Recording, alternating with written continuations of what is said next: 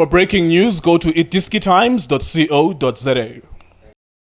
iDiski TV powered by World Sports Betting. iDiskiTimes.co.za. It's Mamelodi Sundowns beating Remo Stars by 5-1 in the CAF Champions League first leg. It means Remo Stars is going to have to overturn that if they want to continue to the group stages of the CAF Champions League. One of my ideas that I throw out there to CAF and to people in football, maybe to have a discussion about, is the protection of 4 teams who have been historically performing well in the CAF Champions League. That you would rather, if you have 4 groups in the group stages, Group A, B, C, and D, rather have them spread across those 4 different groups. Those are teams that are top 4 in the rankings in the CAF Champions League, in the CAF Confederations Cup. This is to avoid dead rappers like this, matches that are obvious and straightforward. In addition to that, is to also avoid the possibility of losing some of your best performers at the beginning stages. We are selling football here. We are in the business of selling. Imagine a CAF Champions League without an Al Ahly, without a Sundowns, for example, or maybe an Esperance Tunis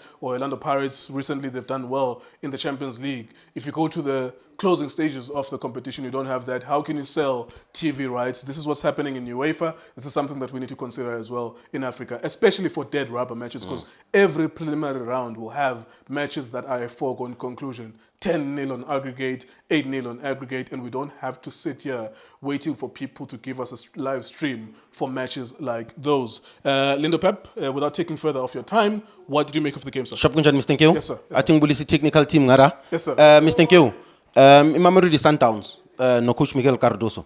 Sometimes nothing as Mamelodi Sundowns, because Ngati Sundowns, their biggest opponent are two. It's either it's the style of play, or sometimes maybe the lack of performance from the players. This group of players, there's no group of players in this country that deserve more praise than Mamelodi Sundowns. I think they've done exceptionally well, winning the league in a row, reaching the final of the CAF Champions League, Club World Cup. In my opinion, Mr. Nkeu, this season, every team has a game where it clicks. I said that when Orlando Pirates played against Chipa United and they went on to win 8 games in a row. I believe that Remo Stars is not such a difficult opponent for Mamelodi Sundowns. But the biggest opponent this week for Mamelodi Sundowns was the fact that we are coming from an international break and every team is slow. Or the most difficult game for any coach. Any coach will tell you that the game after international break is a very difficult game because players went away. But Miguel Cardoso, the advantage that he had, in my opinion, this week is that he had most of the players good training ground. Maybe Koza, Ushalulile, if I'm not mistaken, as well as I don't know who's sleeping. The players would have been back early enough. Early enough in time as well. The game was moved from Friday, so that was a big motivation. They were dealing with the heat, the humidity. But also South Africa, we do have that same kind of heat. But in terms of a performance-based, from a structural, from a technical perspective, I think this is the best game. Miguel Cardoso this season, Mamelodi Sundowns. I believe Let me ask you a very poignant question, very important question. Yeah. His last good performance, Cardoso, as a coach, was in the Club World Cup. Okay. That was away from the eyes of South African people, South African fans, or Sundowns fans. Mm-hmm. His next best performance is this one. Although context is very important, these the smaller teams, Nigerian teams are not that good, domestic Nigerian teams.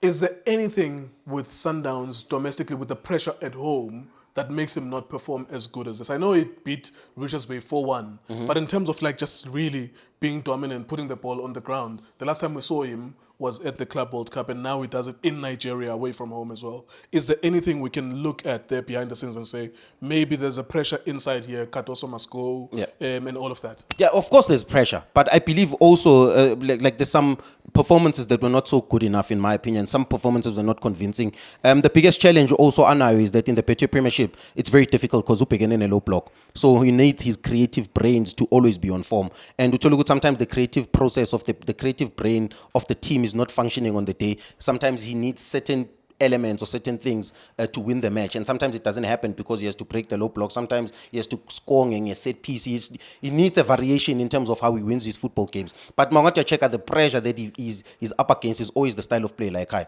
But Mr. Nkeu, with this performance, what makes this performance, despite the fact that they played against maybe, let's say, a weaker Nigerian team, because Nigerians have always had better teams, this Remo Stars has just lost their goalkeeper to ETS Galaxy. Yeah.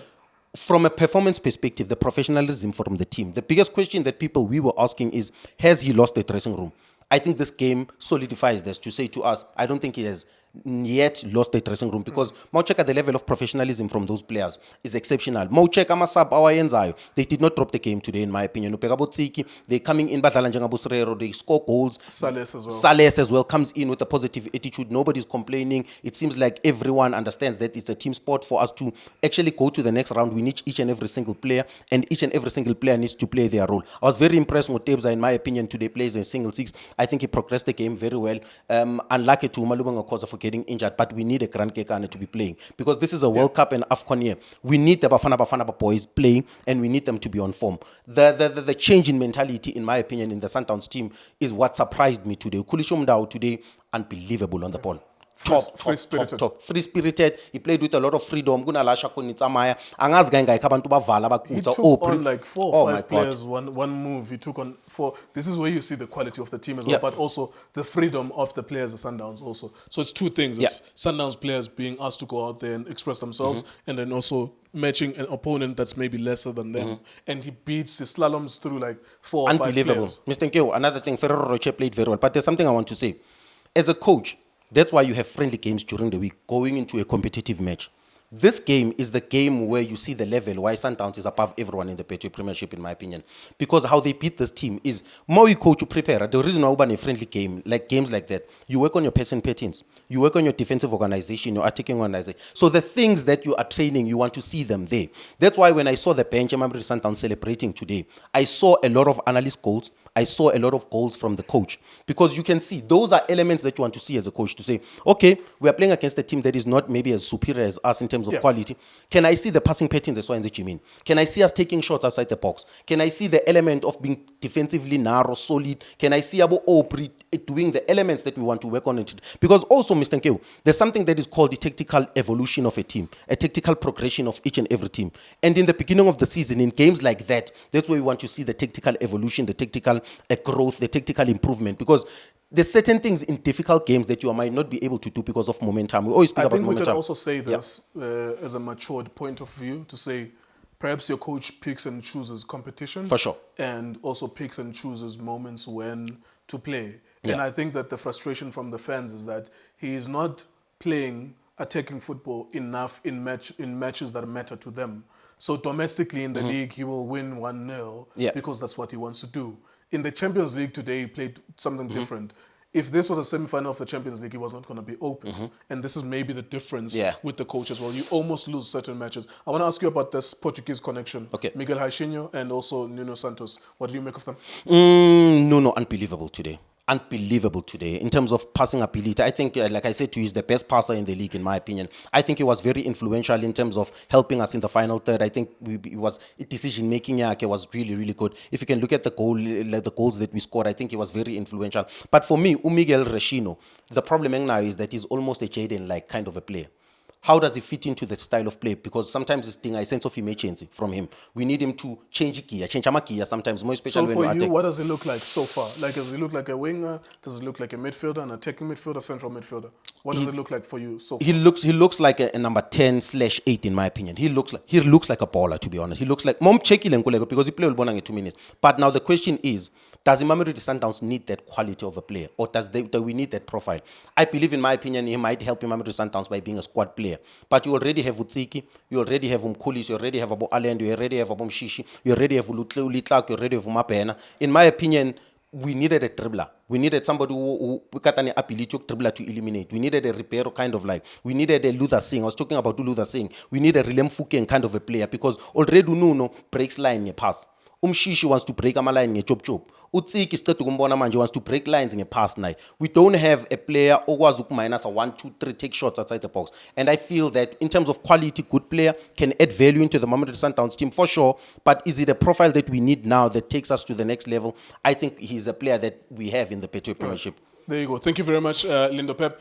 Myself and Lindo and Bobo will be back tomorrow morning. We'll be talking about Kaizer Chiefs in the CAF Champions League. We'll also be talking about Orlando Pirates. We want to engage with you if you're an Orlando Pirates fan. What do you think? Do you think Orlando Pirates are back? I'm going to be asking these guys. Orlando Pirates are still in the game, sorry. Do you think that they're still in the game? Lindo is going to go to sleep. When he wakes up tomorrow, he's going to have to answer the question. Do you think Orlando Pirates are still alive in the CAF Champions League? They're 3-0 down. Is Kaizer Chiefs going to progress to the group stages of the CAF Confederations Cup? Do they really need to progress there, or do they have to look inward within the league, the CAF Confederations Cup? Did I mess that? You like me. When I speak fast, The CAF Confederations Cup. So yeah, we'll talk about that tomorrow with myself, Nobobo, Lindo, as always every Monday. Shapunjan bafowethu igama lami Lindo Pep, the best analyst in the country. Please don't forget to subscribe to iDiskiTV. Tanko. This is Bongane Benedict Villagazi, they call me so. Niazi bafethu, I'm a coach for life. They are back in winning ways. Please, I tell you to subscribe to iDiskiTV.